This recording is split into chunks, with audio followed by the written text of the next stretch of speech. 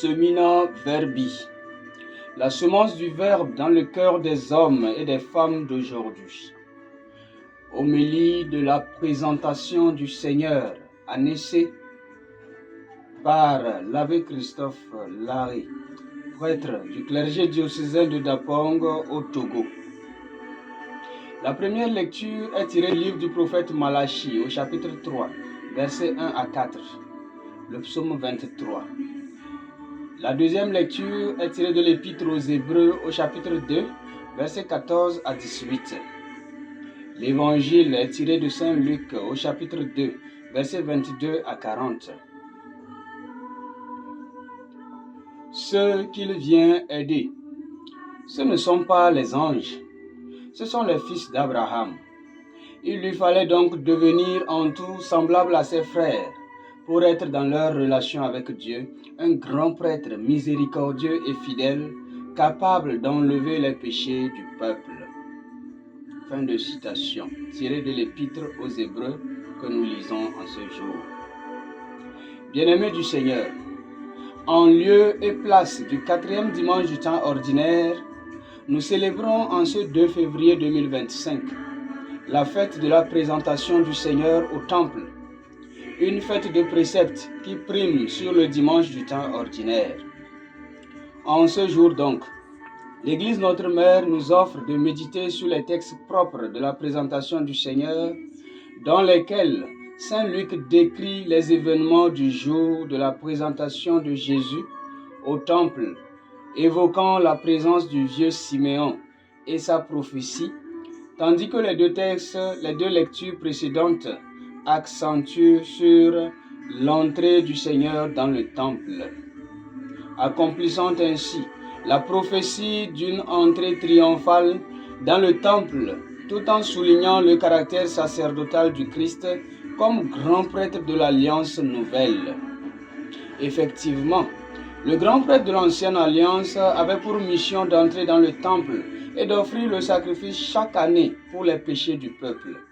Lui, Jésus, entré dans le temple comme grand prêtre de la Nouvelle Alliance, s'est accommodé à la coutume des hommes. Car ceux qu'il vient aider, ce ne sont pas des anges, ce sont les fils d'Abraham, c'est-à-dire des hommes. Il lui fallait donc devenir en tout semblable à ses frères pour être dans leur relation avec Dieu un grand prêtre miséricordieux et fidèle, capable d'enlever les péchés du peuple. C'est la raison fondamentale de l'incarnation, c'est-à-dire la raison ultime qui a poussé Dieu à devenir homme. Et se soumettre à cette règle humaine est une preuve suffisante de l'amour fou de Dieu pour l'homme. Cette entrée dans le temple, qui est le lieu de la rencontre de Dieu avec l'homme, montre clairement que Dieu vient rencontrer l'homme. Une rencontre pas facile, où Dieu vient à l'homme avec le registre de l'amour, tandis que l'homme vient l'affronter. Dans cette rencontre où Dieu est le protagoniste, la réponse de l'homme est séparée. Certains seront pour le Christ, Dieu incarné, et d'autres seront contre sa mission. Certains seront donc en faveur du Christ, qui est un Dieu, qui est le Dieu incarné, et d'autres seront contre sa mission.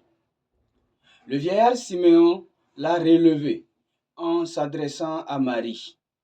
Je cite, « Vois, ton fils qui est là provoquera la chute et le relèvement de beaucoup en Israël.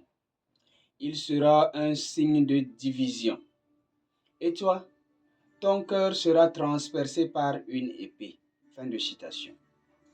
Et oui, la prophétie a commencé son accomplissement le même jour de la présentation de Jésus au temple, car se trouvait là en effet une femme nommée Anne qui proclamait les louanges de Dieu et parlait de l'enfant Jésus à tous ceux qui attendaient la délivrance de Jérusalem.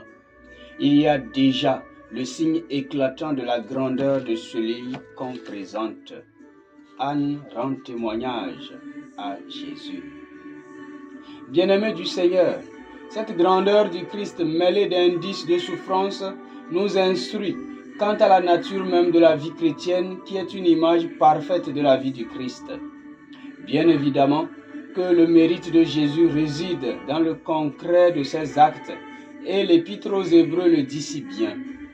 Je cite, « Ayant souffert jusqu'au bout l'épreuve de la passion, il peut porter secours à ceux qui subissent l'épreuve. » Fin de citation.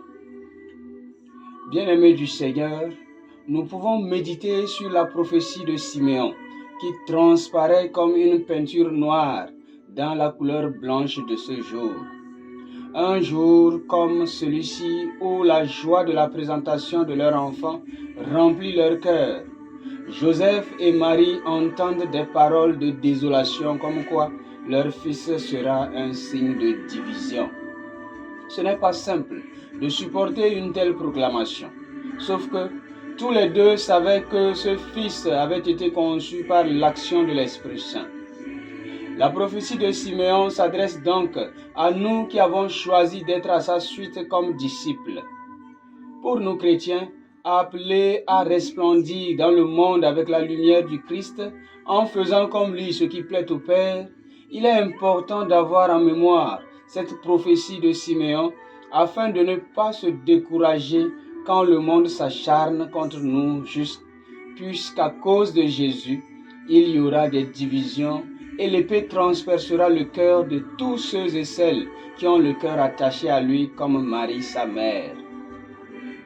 La procession faite en ce jour avec les cierges allumés est le signe manifeste de la rencontre de Dieu avec son peuple, représenté dans le temple par le vieillard Siméon qui rencontre Jésus. C'est aussi le symbole de l'entrée de la lumière dans le monde et seuls les fils de lumière s'adaptent à son éclat, tandis que les ténèbres cherchent à l'étouffer. Dieu se fait tout à tous en offrant sa lumière à l'humanité entière par cette fête. Et nous, peuple de Dieu, nous en sommes témoins. Et nous pouvons l'annoncer par le rayonnement de notre vie. Dans le quotidien des chrétiens, que de cœurs transpercés par une épée, des cœurs qui souffrent comme Marie devant la réalité de l'adversité contre la bonne nouvelle du salut, car ce fils, dit le texte de l'Évangile, ce fils sera signe de contradiction et de division, selon la prophétie de Siméon. Aujourd'hui encore, la souffrance est plus grande quand l'on tourne davantage en dérision l'appartenance au Christ comme une perte de temps ou comme une illusion vouée à l'échec devant les prouesses de l'homme postmoderne. Souvent encore, plus grave, quand cela provient des personnes qui portent le nom chrétien, qui sont baptisées mais se disent non pratiquants. Ce sont ce qui donne l'image d'un tâcheron qui scie une branche sur laquelle il est assis. Tout ceci constitue des souffrances liées à l'avènement de Jésus, véritable grand prêtre capable de sauver l'homme du péché par son entrée dans le temple, lieu où il rencontre l'homme qui espère sa venue. Bien évidemment que Siméon attendait ce jour avec impatience, car, rapporte Saint Luc, il y avait à Jérusalem un homme appelé Siméon. C'était un homme juste et religieux qui attendait la consolation d'Israël et l'Esprit Saint était sur lui. Il est clair que c'est lui qui attend Dieu qui le rencontre quand il est clair que c'est celui qui attend Dieu qui le rencontre quand le moment arrive. Siméon a fait cette expérience de l'attente de Dieu et c'est arrivé. Beaucoup de gens n'espèrent plus Dieu, ne l'attendent pas et s'étonnent que rien ne marche pour eux. L'expérience de l'attente joyeuse de Dieu est déjà signe de l'accomplissement de sa promesse dans nos vies. Bien-aimés du Seigneur, l'espérance ne déçoit pas. Et oui, l'espérance ne trompe pas. Comme le dit le thème du jubilé de l'année 2025. l'espérance ne déçoit pas.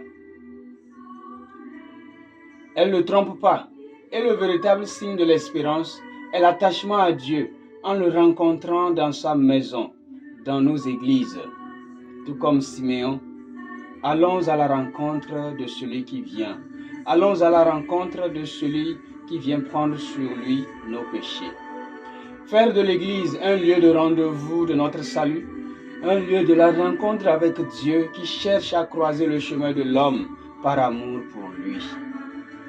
Prions et supplions pour que l'Eucharistie de ce jour nous active à espérer comme le vieillard Siméon et à rendre compte de l'espérance qui nous habite.